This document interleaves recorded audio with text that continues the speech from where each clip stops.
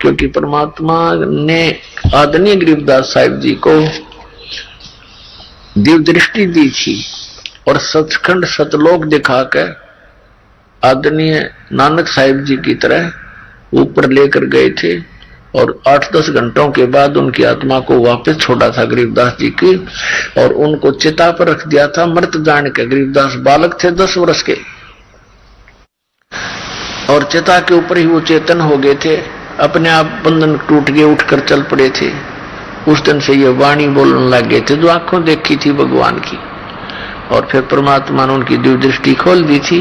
तो क्या बताया, 84 बंधन कटे किन्नी कल्प कबीर, भवन 14 लोक सबे टूटे जम जंजीर, अंत कोट ब्रह्मांड में बंदी छोड़ कहाए, सो तो एक कबीर है जननी जने नवाए, शब्द स्वरूप साहेब धनी शब्द से अंध सब माही, बाहर भीतर रम रहा जहां तहां सब ठाई, जल थल पृथ्वी गगन में बाहर भीतर एक,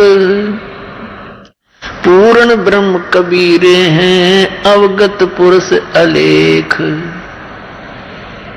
सेवक हो के उतरे इस पृथ्वी के माही, जीव उदाहरण जगत गुरु बार बार बल जाई। आदरणीय गरीबदास साहिब जी कह रहे हैं कि सेवक होकर उतरे, सतलोक से चलकर आए एक दास बनकर, सेवक बनकर, सेवक बनकर उतरे। यहाँ कबीर दास को आए कहा करते थे अपने आप को। और पुण्यात्माओं, ये हमारे लिए संकेत और उदाहरण था भगवान का कि यदि तुमने परमात्मा चाहिए, ये संसार की किसी बकवादों की इच्छा मन में ना रखो। टाइम पास करने के लिए जैसी व्यवस्था मालिक करे उसी में संतुष्ट रहे, केवल संसारिक ही डिमांड नहीं रखे, केवल मोक्ष की चाह रखे फाइनल। फिर यहाँ के सुख तो भगवान आप पर दे देगा अपने। परमात्मा कहते हैं कल्पे कारण कौन है कर सेवा नी काम, और मन इच्छा फल दूंगा जो पड़े मेरे ते काम।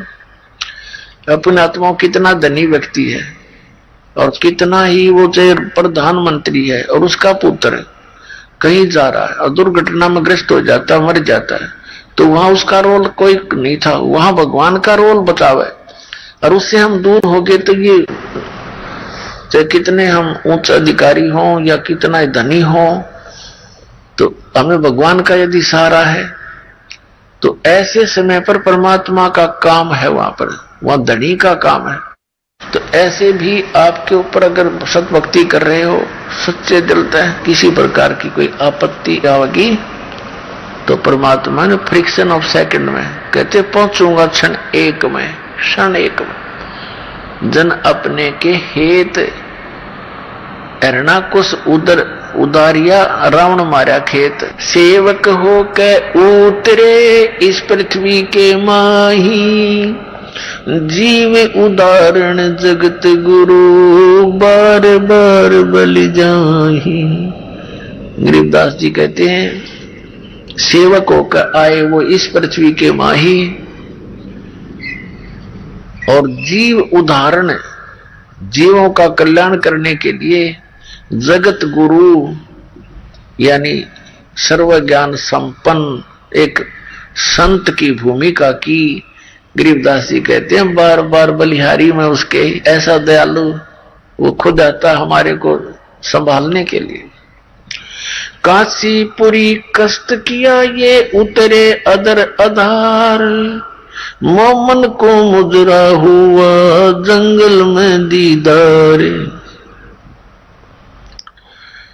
कोट कर्ण शशिभान सोदे आसन अदर विमान, परसत पूर्ण ब्रह्म को शीतल पिंड और प्राण, गोद लिया मुख चूम कर ये हेम रूप झलकंत, जगर मगर काया करे जैसे दमक पद्म अनंत, अब जब नीमा ने परमात्मा को गोदी में लिया, गोद लिया मुख चूम कर,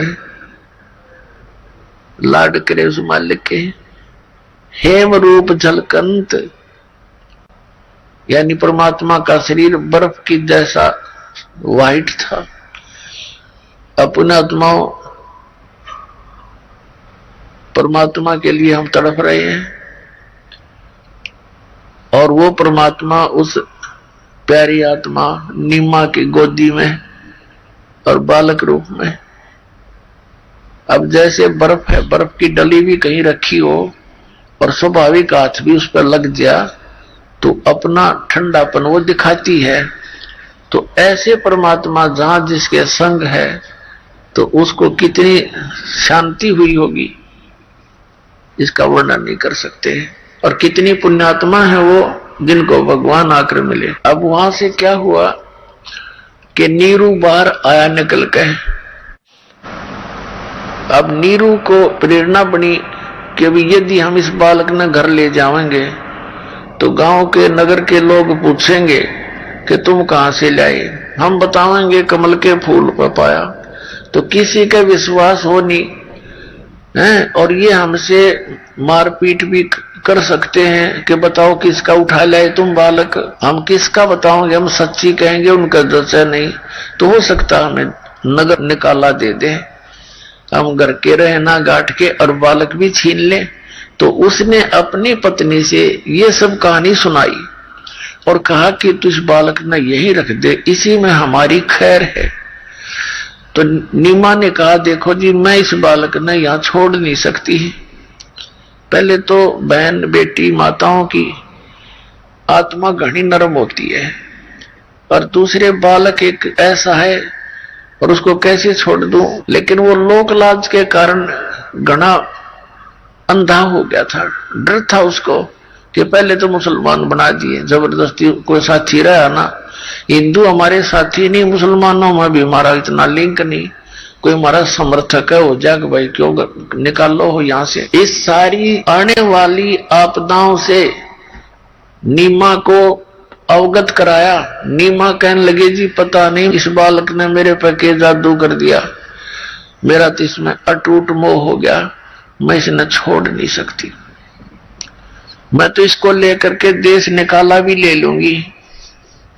अब नीरू ने सोचा या तो कति पागल होगी, इसने बालक के बालक दिखे हैं, आगे का ना दिखता कुछ भी। तो उसने पहली बार अपनी पत्नी की तरफ थप्पड़ मारने के लिए हाथ उठाया था जीवन में, नहीं तो उसको बहुत प्यार देता था। यही जान करके इसका बालक नहीं है और ये बहुत दुखी रहती है, जो भी वो कहता हाजिर रहता था, कभी ना नहीं की उसने। तो कहने लगा कि तूने मेरी इस नम्रता का घना नाजायज फायदा उठा लिया, आगा पीछा नहीं देख रही है तो। और इस लड़के ने या तो यहां रख दे, नहीं तेरा अब दो मारूंगा थप्पड़। अब यूं हाथ किया था, तभी नीमा के गोद में परमात्मा विराजमान शिशु रूप में कहा कि नीरू मुझे घर ले चलो, तुम्हें कोई आपत्ति नहीं आएगी। वो नीरू डर गया कि बालक बोल रहा है। उसने सोचा कि देश में कोई फरिश्ता हो, भूत प्रेत हो और तेरे साथ वही ऊट पटांग ना बन जाए। वो डरता आगे आगे हो लिया, घर ले आए। अब नगर के लोग आके देखें वो सामान्य बालक थोड़ा ही था, वो तो परमात्मा थे। ऐसा न्यारा नूर, ऐसा न्यारा चेहरा, बिल्कुल अलग बालक। जैसे आपने कई अंग्रेज देखे होंगे और उनके बालक देख ले तो कहना है कि उन बालक को हमारे बालक हम लुटा दे तो न्यारा दिखे, और उससे भी घना कई गुना नूर मालिक का। वो तो खाल सी उतरी हो अंग्रेजा की तरह, और वो तो परमात्मा एक गजब का शरीर था दाता का, बहुत सुंदर है। तो सब देखना और हैरान रह जा, पूरे नगर में बात फैल गई। औरतें गीत गाती आवे टोड़ी की टोल बना के, कोई कह उनका तो भगवान उतर रहा है, कोई नो का इंद्र है, कोई का कुबेर, कोई का ब्रह्मा विष्णु महेश में से कोई एक दिख है। इस तरह की वटकड़ें लगा रहे थे। कहते हैं दिल्ली का राजा भी देखने के लिए आया उस बालक को। अपने आत्माओं फिर क्या हुआ, 25 दिन के हो गए परमात्मा शिशु रूप में लीला करते हुए, कुछ खावे पीवे नहीं, और शरीर ऐसे फल फूल रहा है जैसे किलो दूध डेली पीता हो बालक। उधर से नीमा और नीरू दोनों चिंतित। नीमा तो और घनी दुखी होगी कि भगवान पहले तो आपने बालक देना नहीं था, ये शंकर भगवान यदि ये दे दिया तो दाता लो मत, अब ये कुछ खा पी नहीं रहा, ये मरेगा, और ये मरेगा तो साथ मैं मरूंगी, मैं नहीं जी सकती। ये उसके हृदय की से थी, वो फॉर्मेलिटी नहीं थी। तो परमात्मा ने देख लिया या बुढ़िया मरेगी, मैं तो मरूं को ना, पर यह जरूर मर जाएगी इस चिंता चिंता। तो परमेश्वर कबीर जी ने शंकर भगवान को प्रेरणा की, शिवलोक से शिवपुरी से शिव जी आए एक साधु रूप बनाकर, और नीमा रो रही थी बुरी तरह। उसे कहने लगे, माता क्यों रो रही हो तुम? नीमा ने कहा, महात्मा जी मत सुनो मेरे कष्ट को। तो फिर महात्मा के रूप में शंकर भगवान ने कहा, माता ऐसे कहते हैं अपना दुख किसी तरह बता दे तो हल्का हो जाता है, हो सकता है मेरे सतर का कोई हो काम, में आशीर्वाद वगैरह दूंगा तेरे को। अब नीमा ने सारी कहानी बता दी कि ये हमारा संतान नहीं थी, और अब मैंने एक दिन अपने शंकर भगवान से हृदय से पुकार करी थी, और उन्होंने यो लाल दे दिया, कमल के फूल पर पाया हमने तालाब के अंदर, और अब ये कुछ खा पी नहीं रहा महात्मा जी, इसलिए रो रही हूं। अब 25 दिन का बालक कुछ खाए पिए नहीं तो ये कभी भी मर सकता है। मैं इंतजार करूं हूं कि ये तो मरे, आज नहीं तो रात रात न मर लेगा, तो मैं साथ मरूंगी इसके, मेरा फाइनल फैसला है। अब शंकर भगवान ने कहा, वो बच्चा कहाँ तेरा, मुझे दिखाना। अब नीमा लाई उठाकर, ये सोचकर साधु संत कुछ दया बख्श दिया करते हैं, अंदर गई बालक ने लाई उठा के, और सोचा महाराज जी के चरणों में डाल दूं, आशीर्वाद दे देंगे, बच्चा कुछ खा पी लेगा उसके चरणा की धूल में। ऐसे नो परमात्मा को शिव भगवान जो साधु रूप में खड़े थे, उनके चरणों में डालने के लिए नीचे को किया, हाथों से उठ गया परमात्मा, और शंकर भगवान के सिर के लेवल में आकर हवा में डट गया वो बालक रूप परमात्मा। अब नीमा ने सोचा, यू महाराज कसूर करामाती है, इसने मेरे बेटे को देखा हवा में उड़ा दिया। ये भी चमत्कार वो उस बाबा जी का मान रही थी। अब शंकर भगवान ने देखा ये कोई सिद्ध पुरुष है, उसने ऐसे हाथ किया तो शंकर भगवान के हाथों में भगवान आ गए परमात्मा कबीर जी। तब भगवान नवजात शिशु रूप में शंकर भगवान से कहने लगे कि आप इनसे कहो एक कंवारी गाय ले आवे, कंवारी बछिया, और उस पर अपना आशीर्वाद भरा हाथ धर दियो महात्मा जी शंकर भगवान, तो वो दूध दिया करेगी, मैं उस दूध न पिया करूंगा डेली। शंकर भगवान ने नीमा से कहा, तेरा पति कहां, उसको बुलाओ। नीरू बुला लिया, उसे कहा कि ऐसे ऐसे कुंवारी गाय ला के तत जिसने दूध छोड़ रखा हो बच्चिया हो, जाके संग बैल नहीं लागा, उसको कुंवारी कहते हैं। और एक मिट्टी का कोरा बर्तन जाइए कुमार कहते हैं स्वच्छ, उसने दोनों गाय भी बच्चिया भी ले आया और साथ में कुमार कहते एक छोटा सा बर्तन मिट्टी का लिया। अब शंकर भगवान ने उस बच्चिया के हाथ कमर पे रखा, आशीर्वाद भरा, लंबे लंबे सतन हो गए और नीचे वो पात्र रख दिया, दूध की धार चल पड़ी। पात्र भरते ही दूध बंद हो गया। बोलो सतगुरुदेव।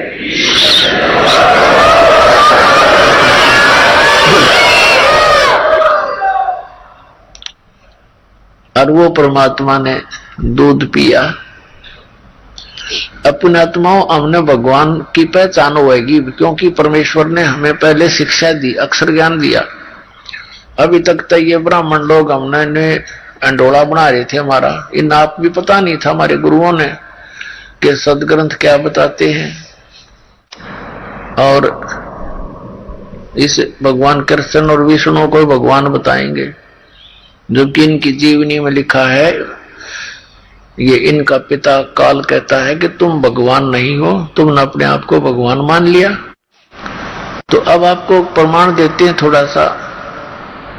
एक तो ऋग्वेद मंडल नंबर 9 सूक्त नंबर 1 मंत्र नंबर 9 में प्रमाण है कि परमात्मा जब शिशु रूप धार के प्रकट होता है, सतलोक से चलकर आता है, कुछ समय संसार में रहकर एक जन साधारण की जैसी क्रियाएं करता है, एक जन साधन जैसे कर्म करके अपना निर्वाह करके एक उदाहरण पेश करता है। तो उस समय जब वो शिशु रूप धारण करके प्रकट होता है, उसकी परवरिश की लीला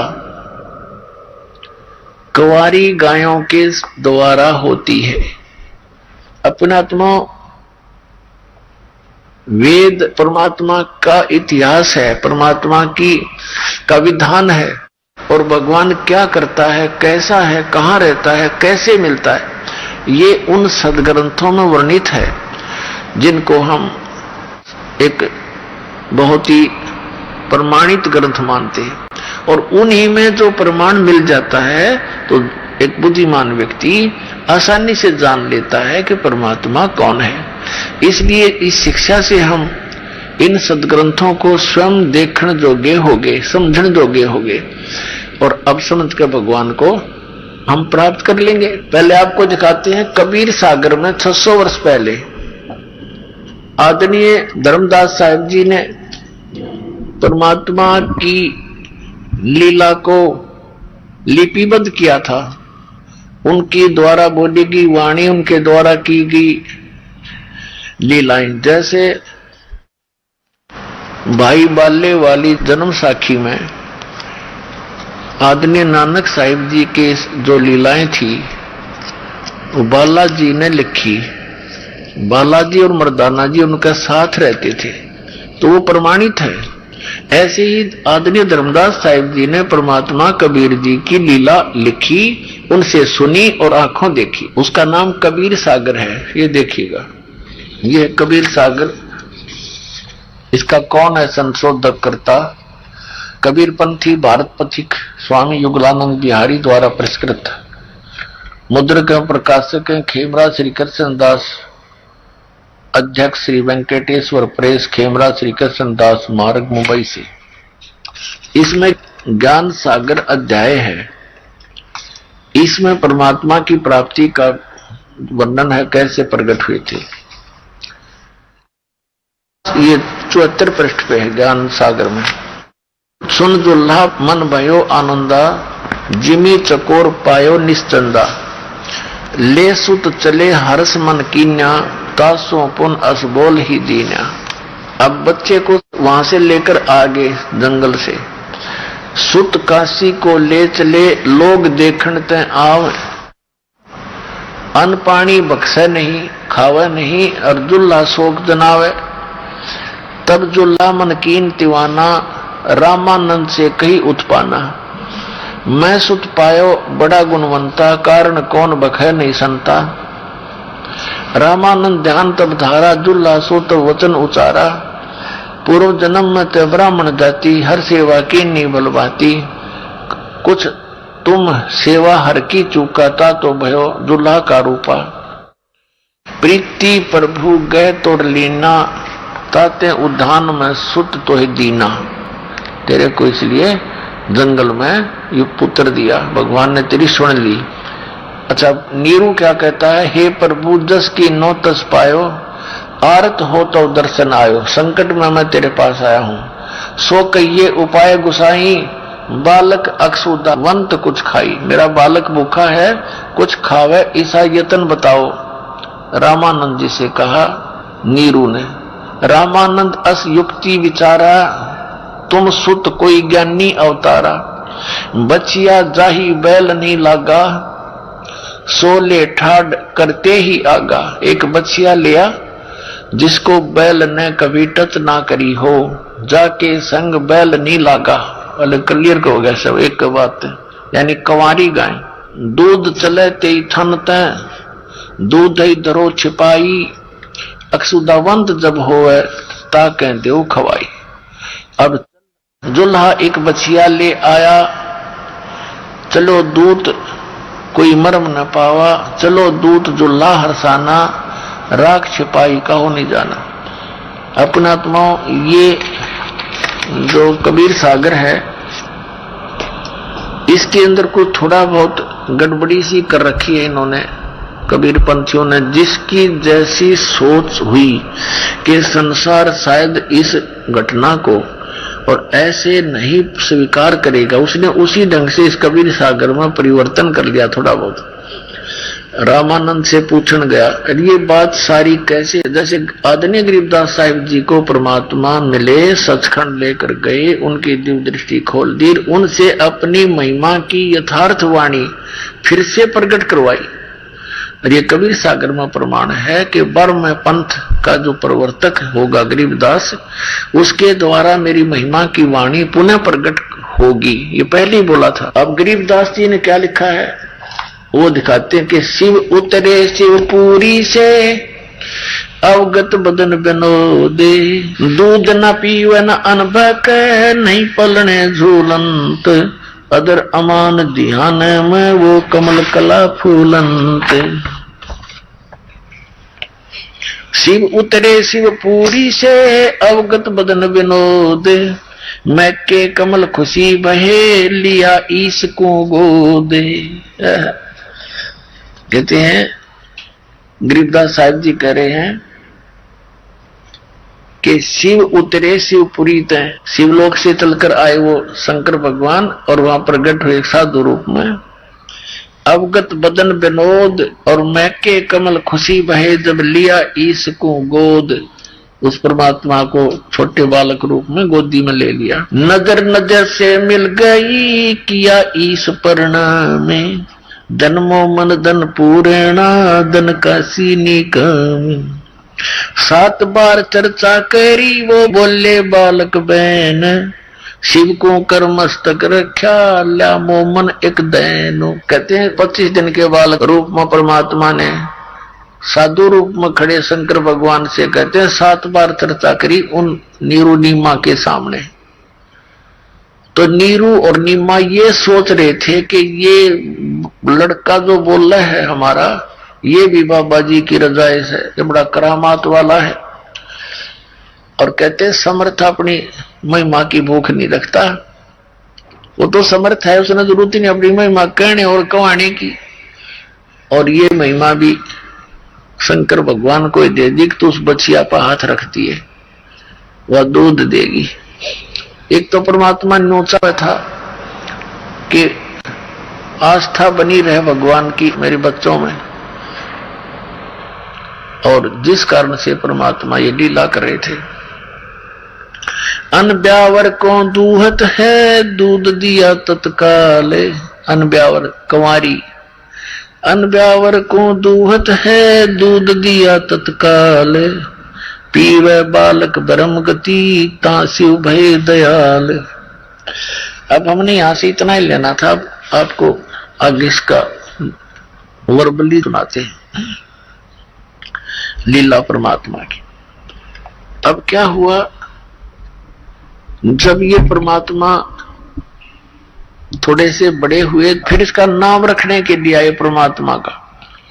जैसे काजी आए, मुल्ला आए, पहले तो ब्राह्मण आए, क्यों ताजा ताजा मुसलमान बन रहा था। पंडित जब आकर बैठे हम नाम रखेंगे, लालच पैसे का, फिर वो मुल्ला काजी आ गए।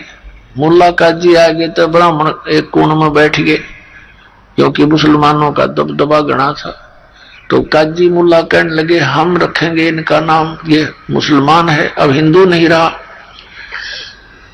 तो वो वही बैठे रहे ब्राह्मण, चल 2 रुपया हमने मिल लेंगे, इनने मिल लेंगे। तो काजी ने क्या किया, ये क्या करते हैं, कुरान शरीफ को खोलते हैं ऐसे, और जो भी प्रथम अक्षर निकलता है प्रथम पंक्ति में, उसके ऊपर उस बच्चे का नाम रखते। तो उस पंक्ति में पहला मंत्र कबीर आ गया, कबीर। और कबीर का अर्थ करते हैं ये बड़ा। और कबीर जो ओरिजिनल कबीर वहां था, वो जुलाहे रूप के घर में, तो उन्होंने आपस में फुसर फुसर किया कि इस दुल्हे के लड़के का नाम और इतना अच्छा कैसे लिखकर कबीर लिखेंगे। तो उन्होंने मन में दोष करके दोबारा फिर से कुरान शरीफ खोला। उन दोनों पृष्ठों पर कबीर कबीर कबीरन कबीरन कबीरन कबीरन वो सारा लिखा पाया। उनने फिर और उलट पुलट कर देखी, दूसरी जगह खोला, पूरा कबीर कबीर, यानी पूरी कुरान शरीफ में टोटल अक्षर ओनली कबीर कबीर रह गया, बाकी वो लेख उस बुक में नहीं रहे। और परमात्मा बोले काजी मेरा नाम कबीर ही होगा। अब काजी तो चले गए वहीं पर, अब इसने तुम्हारा धर्म बिगाड़ दिया, हमारी कुरान शरीफ में भी ये कोई जादू जंतर है, कोई सेवड़ा है, चले गए। परमात्मा का नाम कबीर पक गया। फिर कुछ दिन के बाद मुसलमान रीति से उनकी सुन्नत करने लगे, उनको मुसलमान बनाना आए। देखी मारे अपने किस तरह के ड्रामे थे ये। हिंदू कैसे बनते हैं? हिंदू बनते एक जनेऊ दिया जाता है और एक चोटा रखा जाता है यहाँ पर, तो वो हिंदू है। बना दिया हिंदू, हमने बनाया, भगवान ने तो नहीं बना के भेजा। और फिर मुसलमान कैसे बनते हैं कि लड़के की इंद्री की खाल काट देते आगे से, मुसलमान बना दिया। तो परमात्मा कहा करते भाई चलो तुमने लड़का तो मुसलमान बना दिया, तो बेटी को मुसलमाननी क्यों कर बनाया तुमने? उनके पास नवंश्वर, लेकिन मानना कोई नहीं, ढीठ हो गए हम। तो परमात्मा का जो सुन्नत करने के लिए नाई पहुंचा, अच्छा कैंची उस तरह पहना के, तो उसको अलग रख पर्दा लगा देते हैं। तो क्या देखा उसने? परमात्मा ने 5 लिंग दिखा दिए उसको। नाई का तो पसीने आ गए, हाथ में छूट गई वह कैंची कैंची, और बुखार गया चढ़े। पूछने लगे क्या बात है? अब पता नहीं क्या बात है, वो डर गया एकदम इतना। जाके देखा उन्होंने कि उनके तो भाई ऐसे ऐसे 5 लिंग है। तो परमात्मा बोले ले कर ले, एक न करिए कदे सारा न कर दे। वो डर गया नाई, अगर सुन्नत एक की करोगे तुम, बाकी मैं जो भी हिंदू मुसलमान जैसा बना रहूंगा। तो ये आवाज सुनकर और उसको ये लीला देखकर नाई का तो बुखार हो गया, नहीं किया। और परमात्मा फिर सिंह अपना सिंपल वे में जैसे बालक रूप में आ गए। इस प्रकार जब परमात्मा 5 वर्ष के हो गए, 5 वर्ष की आयु से ही वो बड़े बड़े विद्वानों के छक्के छुड़ा दिया करते थे, क्योंकि तो मालिक थे। और ये ब्राह्मण, ये नकली गुरु हमारे, ब्राह्मण कोई जाति से लिंक नहीं है पुण्यात्माओं। ब्राह्मण वही है जो गुरु पद पर विराजमान शिक्षक, टीचर, ये हमारे आध्यात्मिक टीचर थे। लेकिन जो गुरु पद पर विराजमान है उन ब्राह्मणों के लिए, जैसे ऋषि हैं, महर्षि हैं, ये ब्राह्मण, एक जनसाधारण ब्राह्मण नहीं गिना जाता। उदाहरण के लिए मेरे पूज्य गुरुदेव जी इस परंपरागत ब्राह्मण जाति से थे, और मेरे दादा गुरुजी जाट जाति से थे, गांव छावला दिल्ली के। और मेरे गुरुदेव ब्राह्मण होते हुए कहा करते मैं ब्राह्मण नहीं भाई, मैं वो कर्म नहीं करता जो ब्राह्मण किया करते हैं। हम तो खेती करते थे, किसान थे, ब्राह्मण वर्ण में जन्म जरूर था मेरा। हम तो संत हैं। और मेरे दादा गुरुजी जो जाट जाति में थे और फिर काशी विद्यापीठ से पढ़कर 4 विषय के आचार्य बन गए थे, तो वो उनको पंडित चिदानंद जी कहा करते थे। तहसील खुरखोदा, जिला सोनीपत के अंदर एक छोटा सा गांव गोपालपुर है, उसके अंदर हमारे दादा गुरुजी का आश्रम बना हुआ है। उस पर लिखा है पंडित चिदानंद आश्रम। अब जाट होते हुए वो तो पंडित कवाए, और पंडित होते हुए हमारे गुरुदेव वो एक संत कवाए। तो ये इस तरह जो महापुरुष होते हैं वो उसी लक्षणों को ग्रहण करते हैं जो हमारे होते हैं। तो वो ब्राह्मण होते हुए भी अपने आप को ब्राह्मण नहीं कहा करते, संत कहते थे। और एक जाट होते हुए वो पंडित जी को आगे। तो दास का उद्देश्य यही है कि उन ब्राह्मणों के ऊपर को उल्हाने दिए जा रहे हैं जिन्होंने हमारे साथ आज तक यो बेईमाना कर रखा था, सदग्रंथों को जानते नहीं थे और मैं ऋषि पाक रहे थे, हमारे पूर्वजों को सबको मिसगाइड किया, शास्त्र विधि त्याग का मनमाना आचरण करवा कर भूत बना दिए, भूत बने पाचा फिर उनके श्राद्ध खान लगे, न तो रोजी रोटी का धंधा बना लिया। तो कहने का भाव ये है पुण्यात्माओं, इस आध्यात्मिक मार्ग को एक सही दिशा देने के लिए स्वयं परमेश्वर ही आते हैं।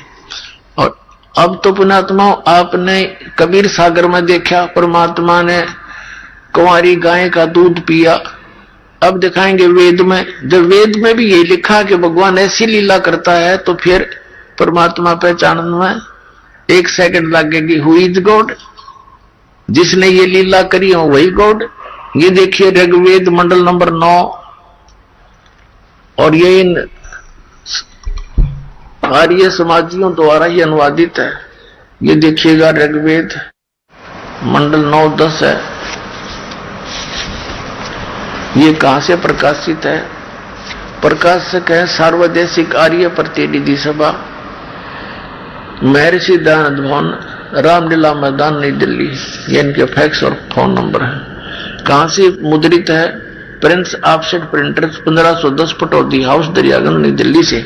अब ऋग्वेद मंडल नंबर 9 और सूक्त नंबर 1 का 9 नंबर दिखाने से पहले थोड़ा सा आपको और ये बनाना पड़ेगा। ये देखिएगा ये 9वां मंडल है और ये प्रथम सूक्त है और इसका प्रथम मंत्र यहां देखिए, इसमें लिखा है हे परमात्मन, यानी परमात्मा की महिमा है ये। फिर यहां देखिएगा दूसरे मंत्र में ऋग्वेद मंडल नंबर 9 सूक्त 1 मंत्र 2 में हे परमात्मन आप, मंत्र 3 में हे परमात्मन आप, मंत्र 4 में हे परमात्मन, मंत्र 5 में हे परमात्मन, और मंत्र 6 में हे परमात्मन।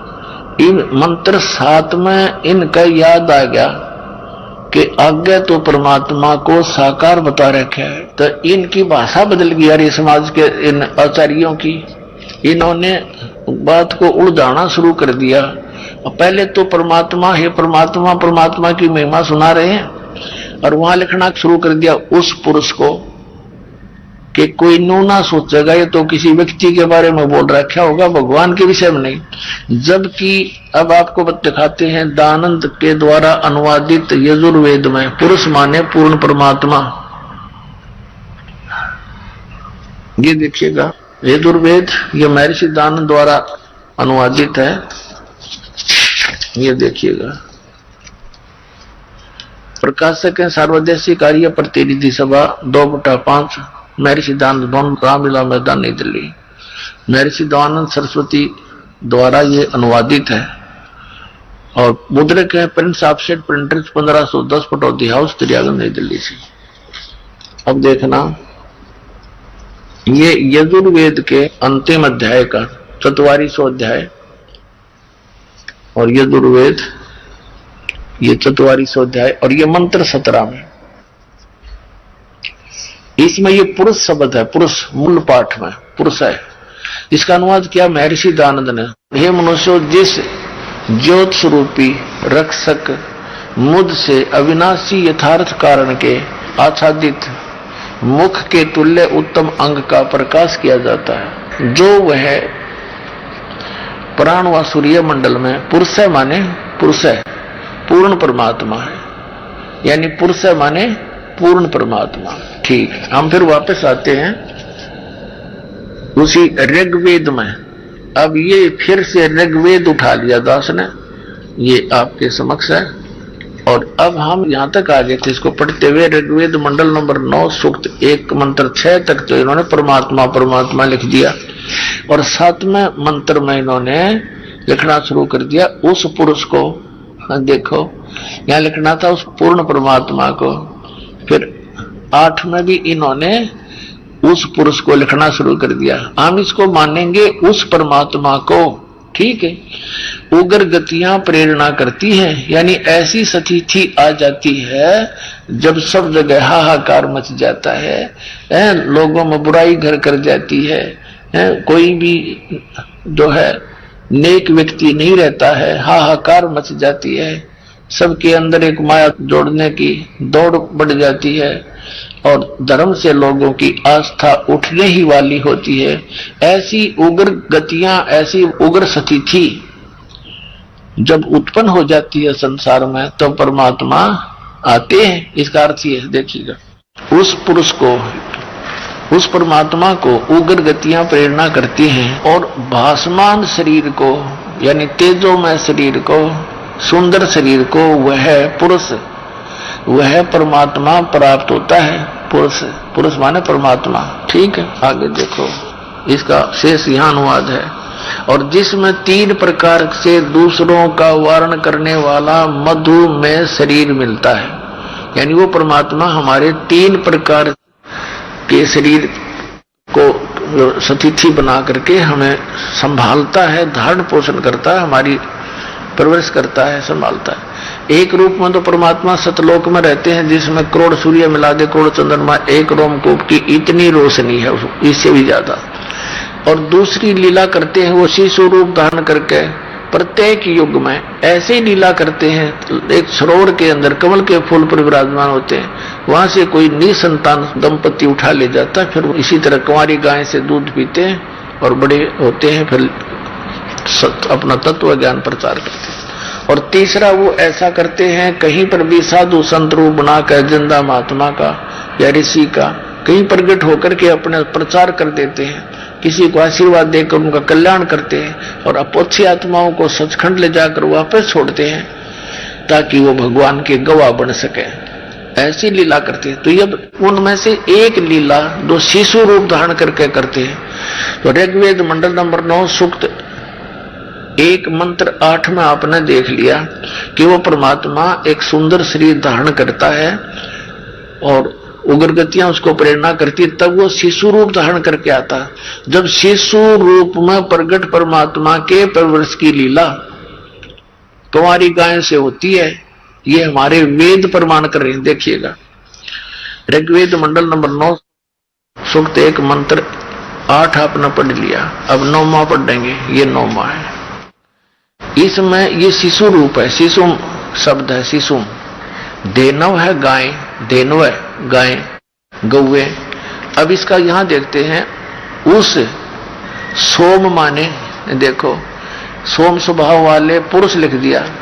अब यहीं पर ये खुद लिख रहा है सोम माने, ये पहले ही मंत्र में यही अनुवाद करता, सोम माने हे परमात्मन, सोम माने ये सोम स्वभाव परमात्मन, यानी सोम माने परमात्मा। और यहां लिख दिया पुरुष। ये देखो, इनका याद आ गई कि दानन तो निराकार बताया करता, कर दो उड़द पुड़द। वो कहते हैं चोर चुरावे तुम बड़ा और गाड्डा पानी में, वो गाड्डा हुआ ऊपर आवे न सच्चाई छनी ना। इन्होंने खूब तूबा गार्डन की सोची है, सच्चाई को दबाने की चेष्टा की है, लेकिन ये दबा नहीं सके। ये देखो, उस सोम स्वभाव वाले पुरुष को, यानी उस अमर परमात्मा को, उस पूर्ण परमात्मा को जो शिशु यानी शिशु रूप धारण करके प्रकट होता है। इसका अर्थ ये है, इन्होंने क्या लिखा है कि उस सोम स्वभाव वाले पुरुष को शिशु का अर्थ लिख दिया, कुमार अवस्था में ही सब प्रकार से अहिंसनीय गौवें तृप्त करती हैं। अभी माने पूर्ण रूप से, सब प्रकार से लिख ही रहे अनुवाद। अधन्या का अर्थ होता अपनी हमारी देसी भाषा लोकल लैंग्वेज के अंदर, अधन्या माने बिना दनाई, बिना दनाई, जिसको सांड ने बैल ने टच ना कर रखा हो। अभी अधन्या माने कति कंवारी, अधन्या तो है बिना दनाई, वह एक दो बार ब्याह पी रही हो गाय, नए दूध ना हुए तो उसको बिना दनाई का करके, बिना दनाई है भी है। और अभी अधन्या का अर्थ है जो पूर्ण रूप से कंवारी, अभी अधन्या माने कति कंवारी गौवें। अब देखो, उस सोम यानी उस अमर परमात्मा को जो शिशु रूप धारण करके प्रकट होता है, अभी माने सब पूर्ण रूप से, अधन्या माने अहिंसनीय यानी बिना दनाई यानी कति अनटच्ड, और देनव माने गौवें, देनवा माने गौवें तृप्त करती हैं। बोलो सतगुरुदेव की जय हो।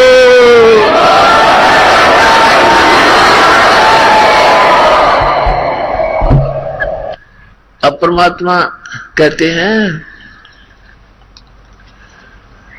कि कह कबीर मिटाऊं सब रासा, कर मेरी पहचान, मन ने की कर ले 2 दिन का मेहमान।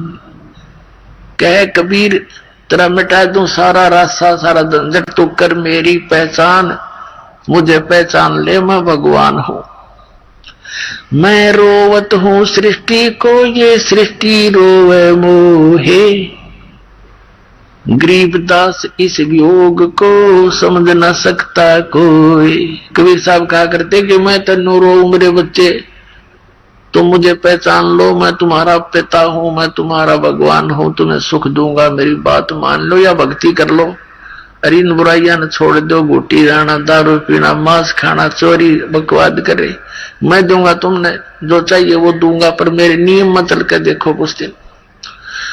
तो फिर कहते मैं रोवत हूं सृष्टि को, और यह सृष्टि रोवे वो है, ये भगत श्रद्धालु किसी भी धर्म मजहब के भगवान के लिए भटक रहे हैं, और मैं इनके लिए भटक रहा हूं। इन नकलियां ने हमारे बीच में दरार पैदा कर दी, अज्ञानियों ने भगवान की परिभाषाएं बदल दी।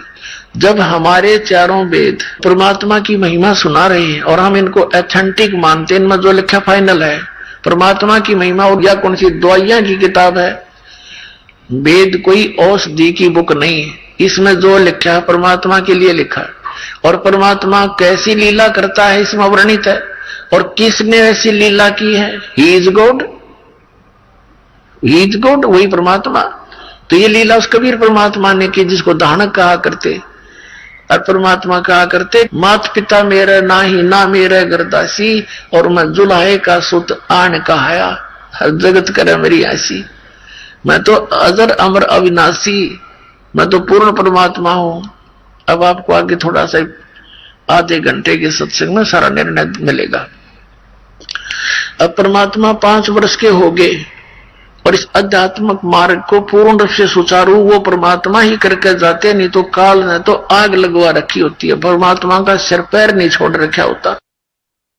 तो उन्होंने बताया कि गुरु बिन माला फेरते, गुरु बिन देते दान, गुरु बिन दोनों निष्फल हैं, चाहे पूछो वेद पुराण। राम कृष्ण से कौन बड़ो, उन्हों भी गुरु कीन, 3 लोक के वेदनी, गुरु आगे आदीन। कहते तुम राम कृष्ण से तो किसी को बड़ा नहीं मानते, उन्होंने भी गुरु किया। कहते सब जग राम रटत है, और जान मुक्ति को धाम, और श्री राम ने वशिष्ठ जी गुरु बनाए, उनको दिया ओम नाम। कबीर साहब कहा करते तुम श्री रामचंद्र जी पुत्र श्री दशरथ, इसको तुम मोक्ष का मालिक देने वाला दाता मान के तुम श्री राम की पूजा करते हो, और इस श्री राम ने वशिष्ठ ऋषि जी को गुरु बनाया था, और उस वशिष्ठ ऋषि जी ने उसको ओम मंत्र जाप करने को दिया था। बता तुम रामचंद्र तो मोक्ष था, और रामचंद्र जी का मोक्ष हुआ गुरु बनाकर, जिसा भी होना था स्वर्ग देश में जाना था वो भी उस तरीके से गया। इसलिए परमात्मा ने गुरु मर्यादा बनाने के लिए एक लीला करनी पड़ी है कि आने वाले समय में, नहीं तो जैसे ये काल का पंथ चल पड़ा, राधा स्वामी पंथ, शिवदयाल जी का कोई गुरु नहीं था, हैं? अरिबदास ये कहता भाई ये नकली पंथ है, इसमें गुरु नहीं बनाया इनने। तो अगर परमात्मा कबीर साहब को तो आवश्यकता थी ही नहीं गुरु की, लेकिन हमारे लिए एक मर्यादा बनाने के लिए, नहीं तो आज वो ये कहते कबीर जी ने कौन सा गुरु बनाया था, और वहां पर डंडोरा पीटे हैं, रामानंद जी को गुरु बनाया कबीर साहब ने। तो ये लीला करनी पड़ी दाता ने कि कहीं आने वाले समय में कच्चा काम ना रह जाए। समर्थ उसी को कहते हैं, सर्वज्ञ उसी को कहते हैं, जो भविष्य में भी आने वाली त्रुटियों से हमें बचा गया। अब क्या किया मालिक ने, के लीला करी। जो 5 वर्ष के हो गए, एक गंगा नदी के ऊपर घाट बना हुआ था स्नान करने के लिए, और वहां पर ये महर्षि एक स्वामी रामानंद जी थे। उस समय कबीर परमेश्वर जी 5 वर्ष का लीला करते हुए शरीर था उनका, तो उस समय 104 वर्ष के थे स्वामी रामानंद जी महर्षि, और वो बड़े बोलबाला था उनका। सब ये मानते थे कि महर्षि रामानंद जी जो हैं वेदों गीता पुराणों के मर्मज्ञ ज्ञाता है। उन्होंने 1400 ऋषि बना रखे, ये प्रचारक। उनमें से एक अष्टानंद ऋषि था जो परमात्मा को आते हुए उसने देखा था सतलोक से, एक प्रकाश पुंज रूप में, फिर बालक रूप दिखाई दिया था। वो भी उसी रामानंद ऋषि के शिष्य थे। रामानंद जी सुबह सुबह स्नान करने के लिए गंगा घाट पर जाते थे ब्रह्म मुहूर्त में। गर्मियों का मौसम था। परमात्मा जाकर के कबीर जी उन पौड़ियों में लेट गए। रामानंद जी अंधेरे में नीचे जा रहे थे स्नान करने के लिए, पौड़ी उतर रहे थे। परमात्मा के सिर में उनकी खड़ाऊ लग गई रामानंद जी की। जैसे बालक रोया करते हैं वो लीला रोने की करी। एकदम रामानंद जी झुक गए। किस बालक का चोट लगी, क्यों साधु संत बड़े दयालु होते हैं। एकदम नीचे झुके तो उनके गले में एक कंठी थी। कंठी बोलते हैं, एक कंठी होती है तुलसी के लकड़ी के, एक मनका होता उसमें, एक मणिया, और वो धागे से बांधकर अच्छी लटकाते नीचे तय की, अच्छी लंबी, यानी आसानी से काट लेना हो, जब उसने निकाल दे फिर पैर ले। ऋषि जी बड़े बड़े जटा रखाया करते थे। तो वो कंठी जो थी वो धागे में एक मन का डला हुआ, वो क्या होती है, वो ये पहचान होती है कि ये उपदेशी है और वैष्णव परंपरा से है। तो वो जब नो झुके एकदम रामानंद जी, उनकी वह कंठी निकल गए और कबीर जी का गल गई गले में। अंधेरा था। रामानंद जी ने तो सिर्फ ये कहा कि बेटा रो ना, रो मत बेटा, धोखे से पैर लग गया तेरे, और राम राम बोल बेटा, राम राम बोल। राम के नाम से सुख होता है, दुख दूर होते हैं। अब कबीर साहब चुप हो गए। अब रामानंद जी ने सोचा किसी का बालक होगा, रास्ता भूल के आ गया। कहा बेटा तू यहां बैठ जा, मैं स्नान कर लेता हूं, तुझे तेरे घर भिजवा दूंगा और चिंता ना कर। रामानंद जी तो स्नान करने लग गए। वो वहां से अंतर ध्यान हुए और अपने वो मुंह बोले माता पिता की झोपड़ी में आके विश्राम किया। अब उधर से रामानंद जी स्नान करके बाहर आए तो देखा बालक है नहीं। इधर उधर देखा, एक दो से पूछा कि यहाँ एक बच्चा था, अगर हमने नहीं देखा। तो रामानंद जी ने सोचा भाई चला गया होगा बालक, अंधेरे में तभी चल गया होगा, रोशनी होगी है, चला गया होगा। बात उसका ध्यान से उतर गई। अब परमात्मा ने क्या किया, स्वामी रामानंद जी का शिष्य ऋषि एक विवेकानंद नाम का अपने अक्षेत्र में, जहां उसका अक्षेत्र बांट रखा था 1400 ऋषियों में से एक उसका भी अक्षेत्र था। तू यहां प्रचार करेगा, ये इनको तू समझाएगा, इनकी शंका समाधान करेगा। तो सत्संग कर रहा था। आइए अब हम उन श्रद्धालुओं के अनुभव जानते हैं जो जगत गुरु तत्वदर्शी